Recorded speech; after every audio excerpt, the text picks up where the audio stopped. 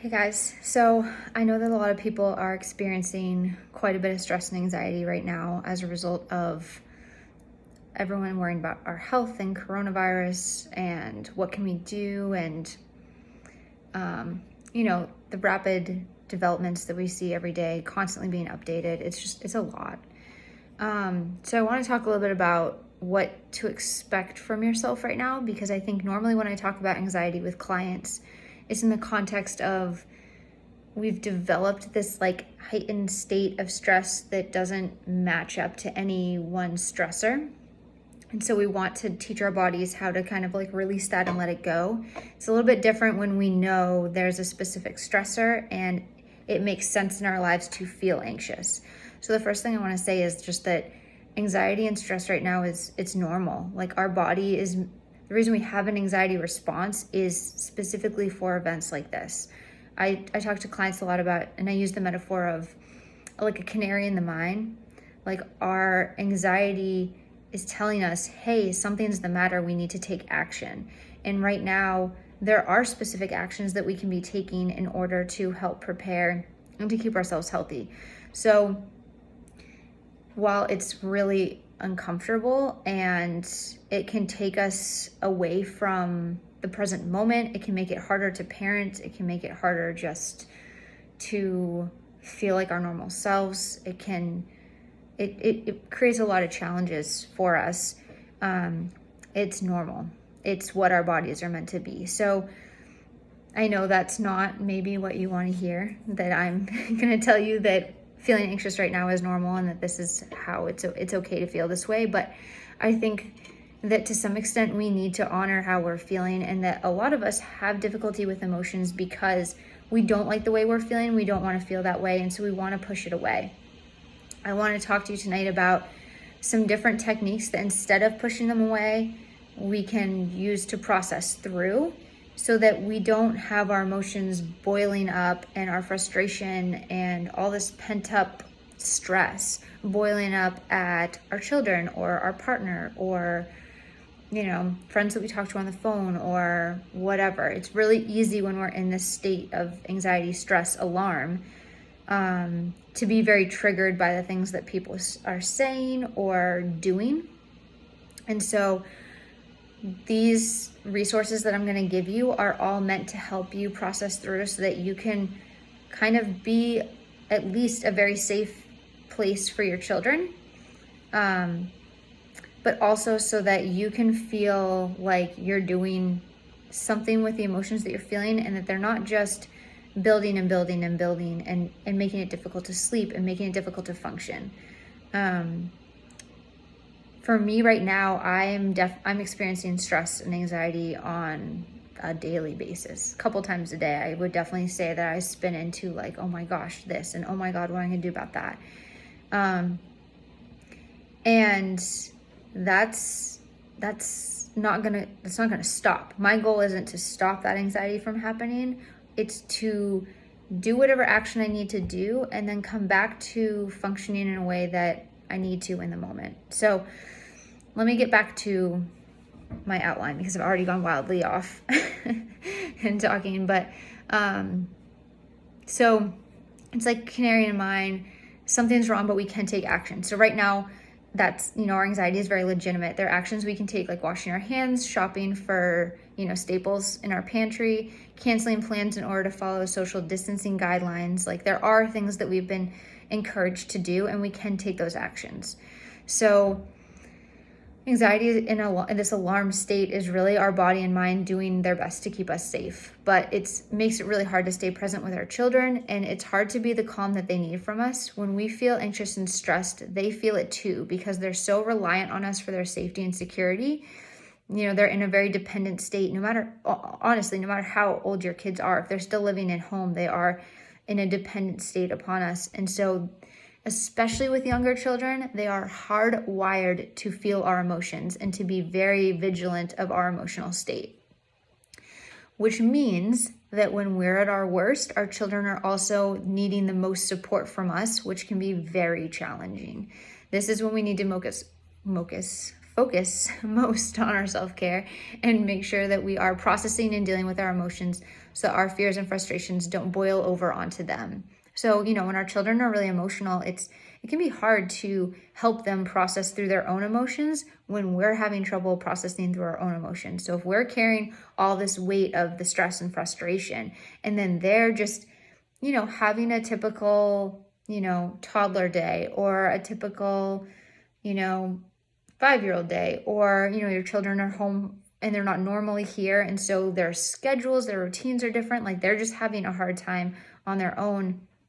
When we add our own, frustration, stress, fears into the mix, we can create a lot of challenges with parenting. So not only is, it not comfortable to feel stressed, but it can also make our job as parents a lot harder.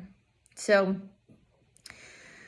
as far as self-care, only you will know what will help you to feel your best, right? We're all different. This is a great time to prioritize your to-do list and let the things that aren't critical, such as getting your clean laundry put away, or there being toys everywhere, or your house feels messy and disorganized, right?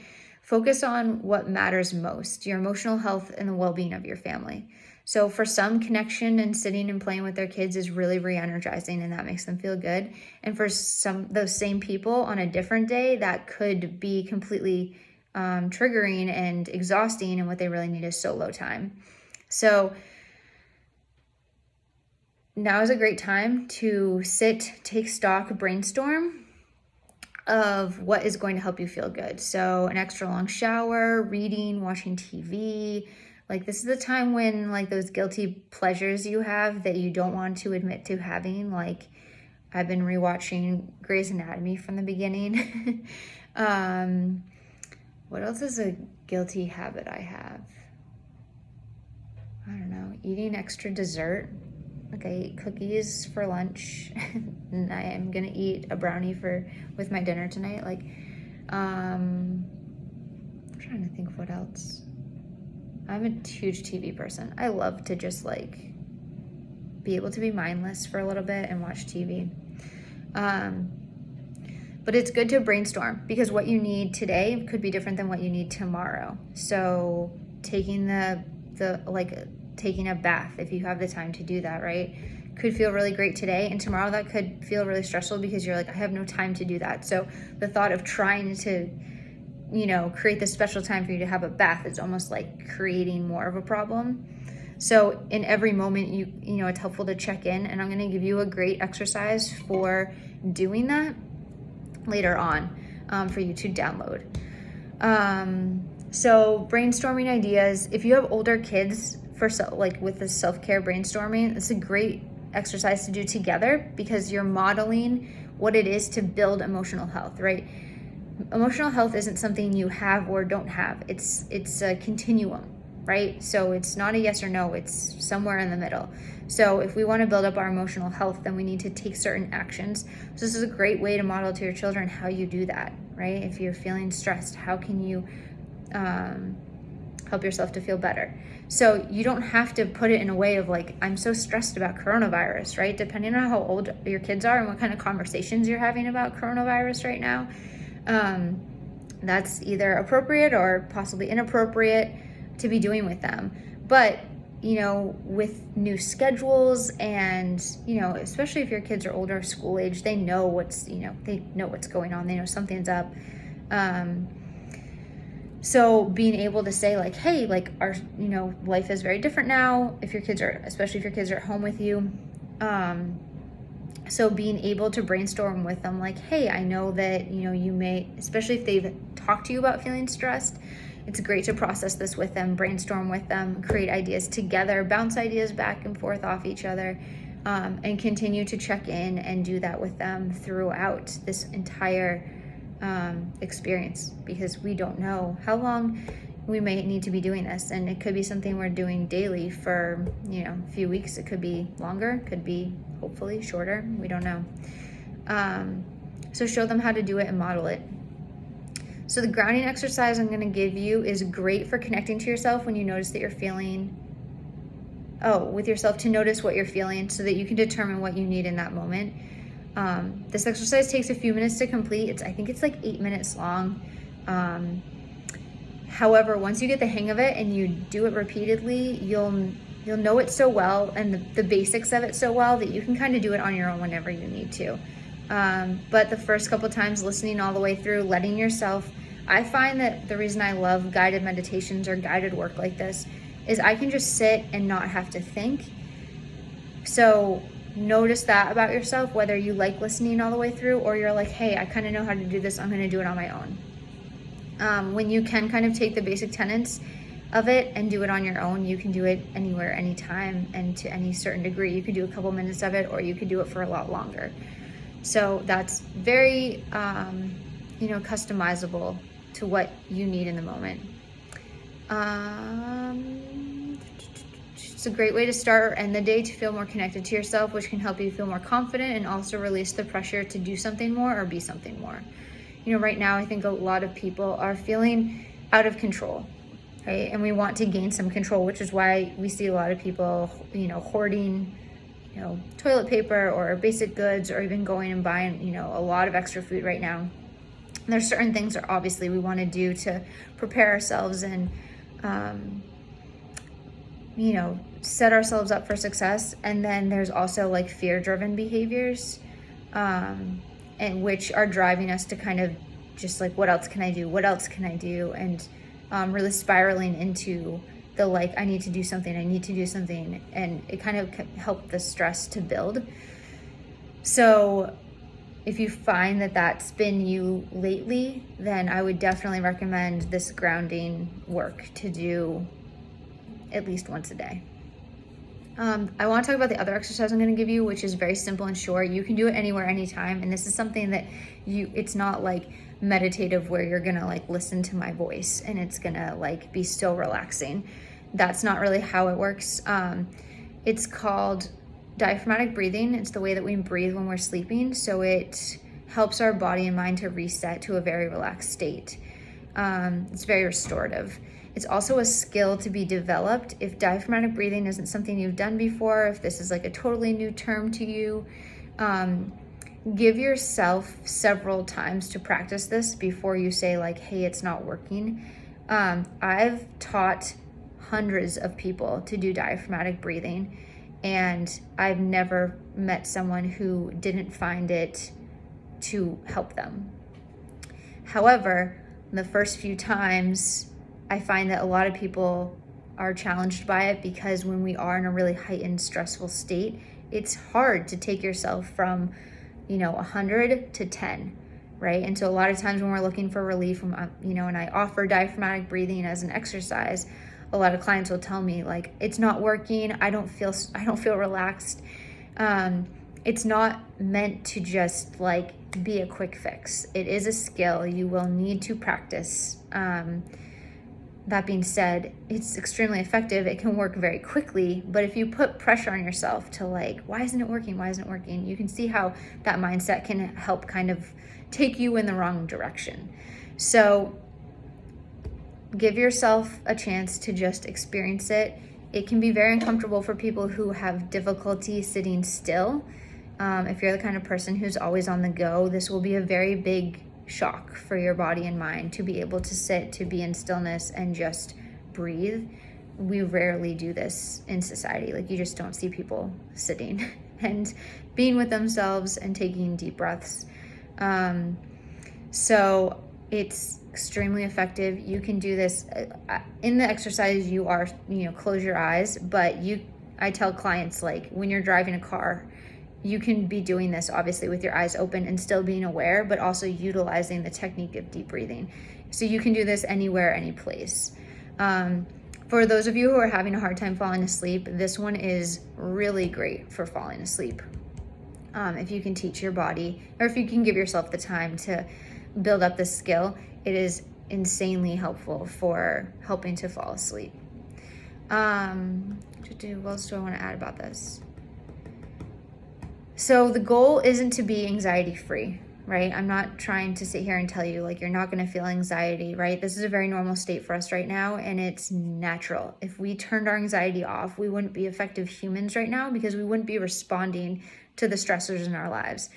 if there's action to take, we need to take action. And right now there are those things, right? Social distancing, washing our hands, amongst others. So the world is scary. Like, we're afraid, and experiencing anxiety is part of that process. The goal is to be able to process it and move through it so we can also take other life enhancing actions, and so that we can be the calm presence our children need from us right now. Young children have a very difficult time with emotions. They're, especially for children under the age of 5, they're experiencing emotion and acting, right? So they can't do anything with their emotions. It just causes them to act.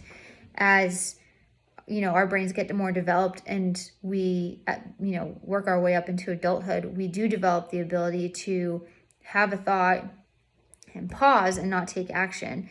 However, that's still difficult as adults, right? We have emotions, we want to react. Remember, that's why people tell you, like, when you're in the heat of the moment, don't send the nasty email you just wrote, wait 24 hours. It's the same thing. Like, we all have difficulty with these emotions, but our children are very much emotional beings, and they need us to help regulate their own emotions. So if our children are really anxious right now, if they're stressed, or if they're just bouncing off the walls, or they're overtired and they're just really emotional, our job as parents is to be like that calm sounding board, to give our children a place to come back to. So if we rise up with their emotion, they don't have anywhere to go other than wherever we are. So it's a challenge. It's one of the greatest challenges with parenting, is being able to not react and to kind of like manifest the state that we want for our own children. And right now it's especially challenging because, for very good reason, we are feeling a lot of different emotions right now. So the best thing isn't to try to ignore it, but to process through it, to let ourselves feel those feelings, and to then be able to help ourselves relax and come back to a state where we can make rational decisions, where we can help others, like our children especially, with their own frustrations and fears and anger and excitement and all of it, right? So remember to be kind to yourself and easy to yourself right now. This isn't a good time to try to live life like you normally do. There's a lot of extra pressure on us right now, and so this is a time to whittle down your to-do list, right? Like, half of the shit on there needs to not be on there.